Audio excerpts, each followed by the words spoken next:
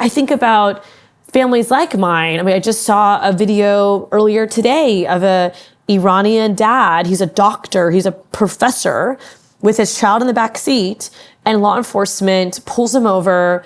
He's taking his kid to daycare, and they break through his window and they pull him out. And his visa was actually fine. He just got married to a U.S. citizen. He's going through the process, did the interview and everything. And it just breaks my heart, because it's like, these are families that have fled persecution in their home countries to then experience persecution here.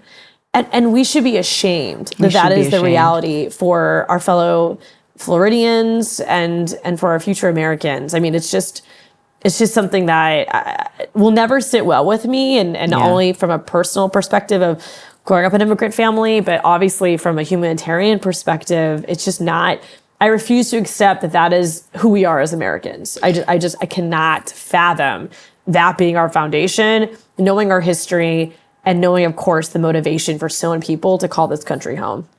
We had ICE raids here. I'm in Jupiter, Florida. We had ICE raids here not long ago, and I was, walking my dog, and it was really unsettling to see people just getting pulled off the back of a landscaping truck and being, taken away in big black vehicles, like something out of a movie. Like you just, till you see it, you really can't, thinking that's one parent that's not coming home. Right.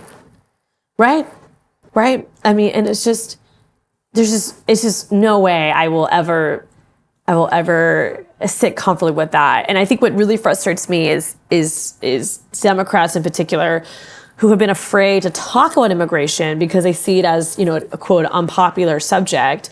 Now, to be clear, we need to champion housing affordability. We need to champion food security.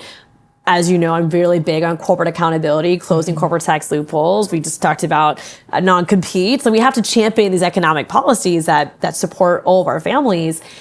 But I'm a firm believer that you could fight many fights at once. And so I'm going to share the stories of the positive impacts of immigrants. I'm going to amplify how the Everglades detention facility needs to close, and the conditions in all of our detention centers, whether they are our state prisons or federal or county jails or immigrant detention centers, need to substantially improve to meet basic standards of humanity. And I'm going to do my part to shift the narrative. I can't be afraid of these conversations, but I do think one reason why we've gotten this bad is because there has been hesitation to counter the rhetoric, and we cannot be afraid. We have to embrace these courageous conversations and share our stories and hold the line and as who we are as Americans.